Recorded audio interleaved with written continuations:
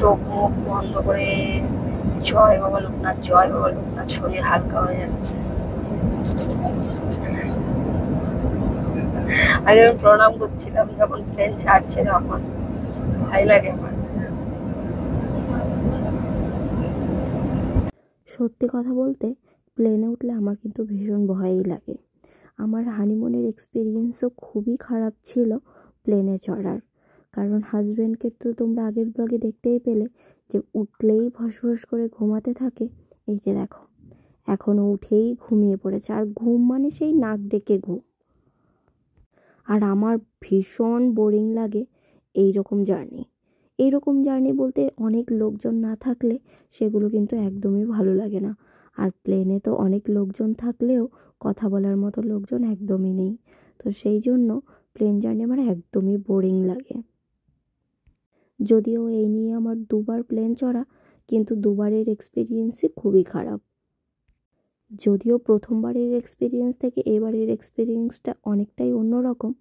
কারণ আমি শুধু ভাবছি আমরা যখন এই মাসেই আরেকবার যাব তখন আশি কতটা এক্সাইটেড হবে। দেখো, উপর থেকে পুরোটাই মনে হচ্ছে তুলোর মধ্যে ভেসে রয়েছি। প্রথমবারও এরকমই ছিল, প্রথমবারও আমি এইরকম একটা উইন্ডো সিটই পেয়েছিলাম। আর এবার যেহেতু ট্রিটমেন্ট করাতে যাচ্ছি, খুব একটা ভালো খুব একটা খারাপ তেমন কিছু ফিল করতে পারছি না। কারণ আমার একটাই ভয় হচ্ছে, ডক্টরকে দেখানোর পর যদি বলে অপারেশন করতে হবে, তাহলে আমার কি হবে। আমরা চলে এসেছি, এখন ল্যান্ড করছে প্লেন, আর আস্তে আস্তে করে এরম এরম এরম হচ্ছে। আমিও অলমোস্ট ঘুমিয়ে পড়েছিলাম এখানে মাথা দিয়ে। আধ ঘন্টা মতো ঘুমালাম, একটু পর পর আওয়াজ হচ্ছে।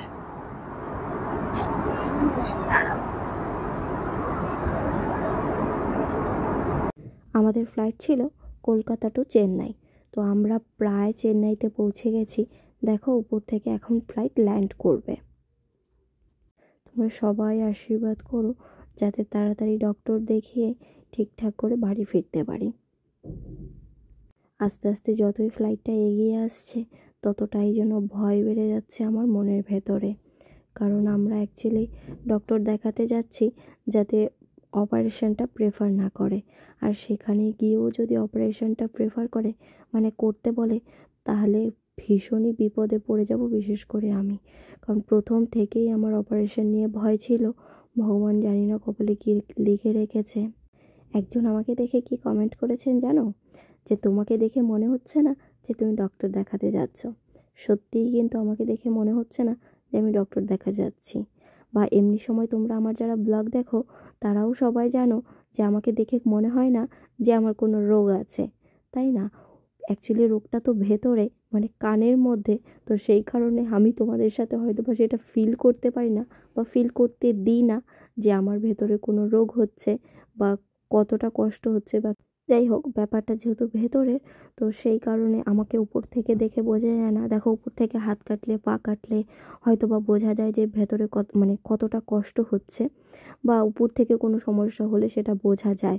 কিন্তু ভেতরে যেহেতু প্রবলেমটা হচ্ছে, আর এখন বলতে পারো যে আমার ফার্স্ট টাইম যখন আমি ডক্টর দেখিয়েছিলাম, সেই সময়টায় আমার যেরকম ধরনের প্রবলেমটা হচ্ছিল, মানে ফট করে কানটা খুলছে, দিনের মধ্যে 20-25 বার সেটা বন্ধ হচ্ছে, তখন আমার ভীষণই প্রবলেম হচ্ছিল। আর সেটা আমি তোমাদের সাথে শেয়ারও করেছি। আর এখন বলতে গেলে আমার সেটা দিনে 2-3 বার হচ্ছে, ইভেন কখনো হচ্ছেও না। তো সেই কারণে আমি নিজেই ফিল করতে পারছি না যে আমার ভেতরে কোনো রোগ আছে। কিন্তু আমরা অ্যাকচুয়ালি ভয় পাচ্ছি যে এটা থেকে না ভবিষ্যতে কোনো বড় রোগ দাঁড়িয়ে যায়, সেই কারণে। আর সেই কারণেই হচ্ছে আমাদের একটু বাইরে দেখিয়ে আসা যে ডক্টর সেটাকে কি সাজেস্ট করে বা কি বলেন। যাই হোক, ফাইনালি তোমাদের সাথে কথা বলতে বলতে আমরা পৌঁছে গেছি চেন্নাই এয়ারপোর্ট। তো এখান থেকে প্রায় 3 ঘন্টা 3.5 ঘন্টা মতো লাগবে হচ্ছে আমাদের হোটেলে পৌঁছাতে। যদিও আমরা হোটেল বা ক্যাব কিছুই বুক করিনি, কারণ এখানের সিস্টেম দেখে তারপর আমরা সব কিছু ঠিকঠাক করব যে এখান থেকে কিভাবে যাওয়া যায় বা কিভাবে আসা যায়। অ্যাকচুয়ালি আমি একা একাই সব শিখতে চাইছি, কারণ আরশির বাবাকে যদি সব সময় না পাওয়া যায় সেই কারণে কখনো হয়তো বা আমাকে একাও যেতে হতে পারে। তো সেই কারণে বৃষ্টি হচ্ছে এখানে। বাবাকে নিয়ে সাহস পেয়েছি, তো ওর কাছ থেকে শিখে রাখতে চাইছি, যদি একা গেলেও আমি কখনো বা যেতে পারি। সব কিছুই শেখার প্রয়োজন আছে জীবনে, তাই না বলো? ওইখানটা আমরা চেন্নাই এয়ারপোর্টে পৌঁছে গেছি, তো বৃষ্টি হচ্ছে এখানে। নটরাজ খুব সুন্দর। চলো, কলকাতা এয়ারপোর্টের মতো তো বিজি এয়ারপোর্ট নয়।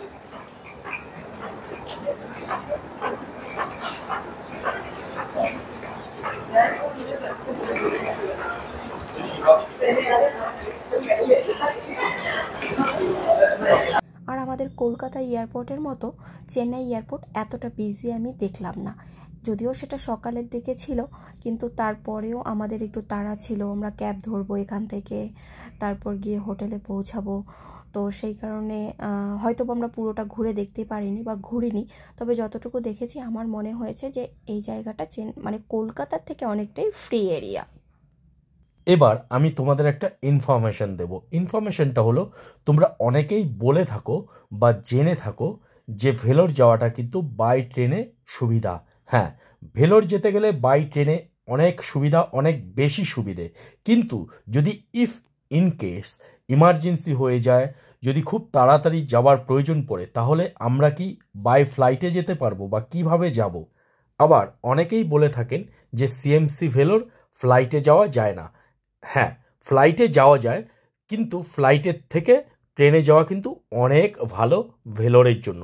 বাট যদি তোমরা কেউ ফ্লাইটে যেতে চাও, তাহলে আমি তোমাদের বলে দিচ্ছি, বেল্ট থেকে তোমরা ব্যাগ নিয়ে, লাগেজ নিয়ে যখন বাইরে বেরোলে আমাদের যে প্রিপেইড ট্যাক্সি কাউন্টার বা ওলা উবেরের মতন কাউন্টারগুলো থাকে, সেই কাউন্টারগুলো কিন্তু ৩,৫০০ টাকার মতন চাইবে।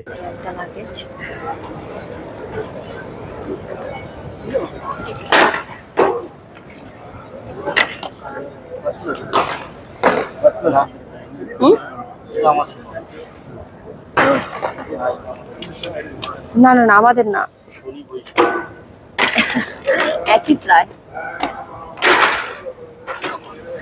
একটা কমে।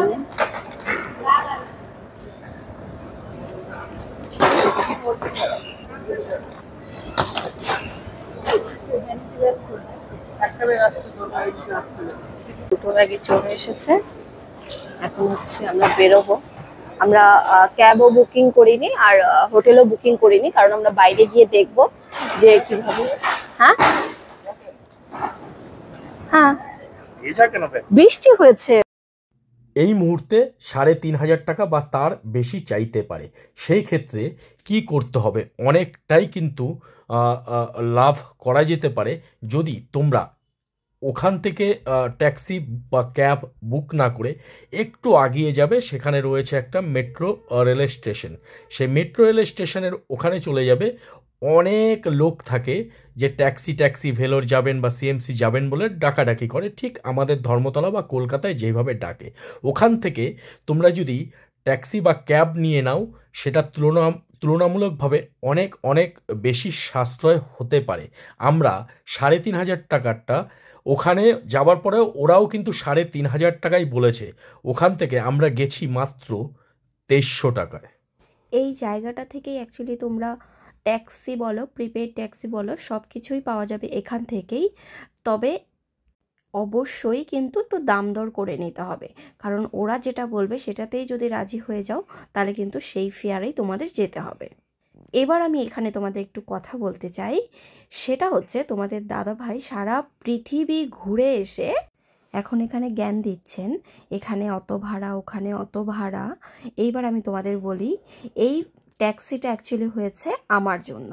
মানে উনি ওই ৩৫০০ টাকা দিয়ে উনি বাইরে আসবেন না, তাতে নাকি সেফটি ব্যাপার থাকে, তাতে নাকি একটা মেয়ে নিয়ে অনেক যাওয়ার সমস্যা থাকে, ঠিক আছে, প্রথমে আমাকে এইসব কথাগুলো বলো। অবশ্যই তুমি আননোন প্লেসে তুমি ভাবছো তুমি জিতে গেছো, অ্যাকচুয়ালি আমাদের কিন্তু কোনো নলেজ নেই, কোনো আইডিয়া নেই। আমরা ওটা টেস্টটা পাস হয়ে যাওয়ার পর ফিরে আসার পরে মনে হচ্ছে যে আমরা জিতে গেছি, তাই তো? না, বা আমরা একটা এক্সপিরিয়েন্স পেয়েছি, আমরা সেটাই শেয়ার করছি যে এটা ভালো হতে পারে, কিন্তু তার আগে পর্যন্ত কিন্তু আমাদের কোনো নলেজে ছিল না, কোনো আইডিয়া ছিল না যে এখান থেকে ট্যাক্সি পাওয়া যেতে পারে বা কিছু, কেউ আমাদের বলেনি। এইবার একটা 3 ঘন্টা 3.5 ঘন্টার রাস্তায় ভোরবেলায় একটা আননোন পার্সনের গাড়িতে আমরা উঠে যাচ্ছি। এটা তুমি একটা কেন 10টা কেন 1000টা লোককে জিজ্ঞেস করলেও তারা বলবে যে একটা সেফটির ইস্যু কিন্তু এখানে রয়ে গেছে। অবশ্যই সেফটির ইস্যু আছে, কিন্তু তাই বলে দেখো সারা পৃথিবীতে আমরা যদি ঘুরতে যাই, আমরা কিন্তু সব প্লেস চিনি না, তাই না? সেখানে জেনে, সেখানে শুনে, সেখানে সব কিছু দেখে তারপরেই সব কিছু করা উচিত। তো সেক্ষেত্রে আমি কিন্তু ভয়টা একটু কমই পাই, কিন্তু তোমাদের দাদা ভাইয়ের মনে খুবই ভয়। আর সেক্ষেত্রে আর তার মধ্যে যদি থাকে আমি বা কোনো মেয়ে মানুষ, সেক্ষেত্রে তোমাদের দাদা ভাই আরও বেশি ভয় পায়।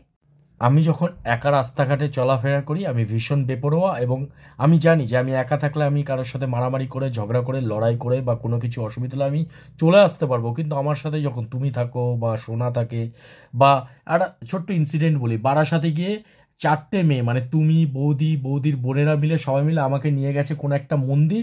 সেখানে রাস্তাঘাটে কোনো লোক নেই, রাস্তায় জঙ্গল, সন্ধ্যা হয়ে যাচ্ছে, চারিদিকে আম গাছ। তো সেখানেও আমি বলেছি যে এইসব জায়গায় মেয়েদের আসাটা ঠিক না, এই সন্ধ্যার সময় কেউ নেই রাস্তাঘাটে, কিছু একটা অ্যাক্সিডেন্ট, কিছু বিপদ আসতেই পারে। তোমাদের সাথে গেলে আমার ভয় হয়, কিন্তু আমি একা গেলে আমার ভয় লাগে না। এটা তুমি এখন বুঝবে না, এটা যখন কোনোদিন একটা ইনসিডেন্ট ঘটে যাবে সেদিন তুমি আমার কথাটাকে মনে করবে। তো সব জায়গায় গিয়ে আননোন প্লেসে রিস্ক নেওয়া 2টো টাকার জন্য আমি মনে করি না খুব একটা বাহাদুরি। তবে হ্যাঁ, এখন আমরা জেনে গেছি, এখন আমরা এটা শেয়ার করছি তোমাদেরকে, কারণ আমরা এক্সপিরিয়েন্স হয়েছি, আমরা জানতে পেরেছি, তো তোমাদের শেয়ার করছি। কিন্তু এই শেয়ারটুকু আমাদের সাথে আগে কেউ করেনি, আমরা জানতাম না, তো সেই ক্ষেত্রে ভয় লেগেছিল। কিন্তু যখন সেই ড্রাইভারটা আমাদের ভালোভাবে পৌঁছে দিল, তারপরে ওনার প্রতি একটা আস্থা, একটা বিশ্বাস তৈরি হয়ে গেছে। আর এখানে দেখো চায়ের স্টাইলটা আর ধোসার স্টাইলটা একদমই নতুন রকমের লেগেছে আমার কাছে, বিশেষ করে চাটা। দেখো চায়ের নিচে আবার নতুন একটা বাটি মতো দিয়ে নিচে আবার একটুখানি করে চা দিয়েছে, আর উপরে কাপটা ভর্তি করে চা, কাপ নয় অনেকটা গ্লাস টাইপের। তো সেই কারণে তোমাদের দাদাভাই আবার লঙ্কা দিয়ে খাচ্ছে হচ্ছে ধোসাটাকে।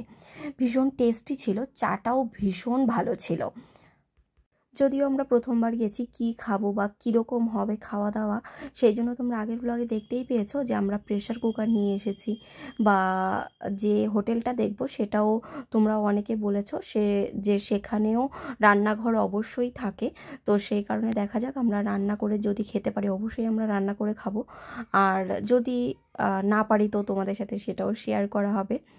এখানে এখন আবার যাব, মানে এয়ারপোর্ট থেকে ছেড়ে এসে প্রায় 15 মিনিট মতো এসে আমরা এখানে রেস্টুরেন্টটাতে খেয়ে নিলাম, কারণ ভীষণ পরিমাণে খিদে পেয়ে গেছিলো।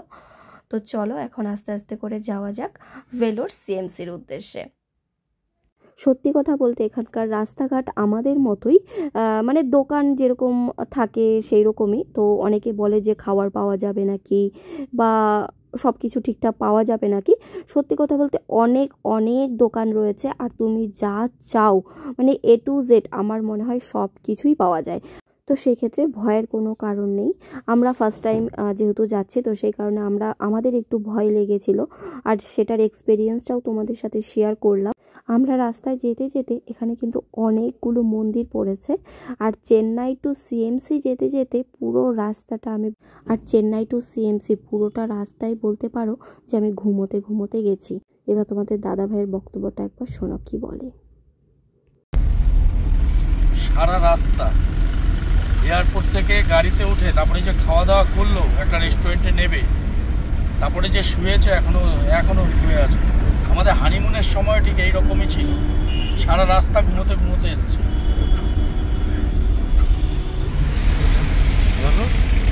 আমার পা ব্যথা হয়ে গেল, উনি ঘুমিয়ে যাচ্ছে কি, তুমি তো ফোনের পর ফোন একটার পর একটা এসেই যাচ্ছে। আর আর এটার সাথে একদম আমার হানিমুনের এক্সপিরিয়েন্স মিলে যাচ্ছে। হানিমুনেও আমি ঠিক প্লেনে করে গেছি, আর সারা রাস্তা উল্টি করতে করতে অ্যাকচুয়ালি সেই সময়টায় আমার গাড়িতে উঠলেই খুব বমি হতো। তো সেটা এখন মোটামুটি কিছুটা সেরে গেছে, মানে অনেকটাই সেরে গেছে বলতে পারো, হয় না বললেই চলে। তো গাড়িতে যাদের বমি হয় তারাই জানে যে তাদের কি পরিমাণে কষ্ট হয়, সিরিয়াসলি বলছি। আর ব্লগ করব না বলতে বলতে এত ব্লগ করা হয়েছে যে আমি একদিনের পার্ট তোমাদের সাথে শেয়ার করে উঠতে পারছি না, মানে এডিট করে উঠতে পারছি না। আস্তে আস্তে তোমাদের সাথে শেয়ার করব, তোমরাও আমার সাথে থেকো, আস্তে আস্তে দেখতে থেকো। চলো আজকে তাহলে এই ব্লগটাকে এখানেই এন্ড করলাম। সবাই ভালো থেকো, সুস্থ থেকো, আর আমাদের জন্য সবাই আশীর্বাদ করো, আমরা যেন তাড়াতাড়ি ডাক্তার দেখিয়ে তাড়াতাড়ি বাড়ি ফিরতে পারি।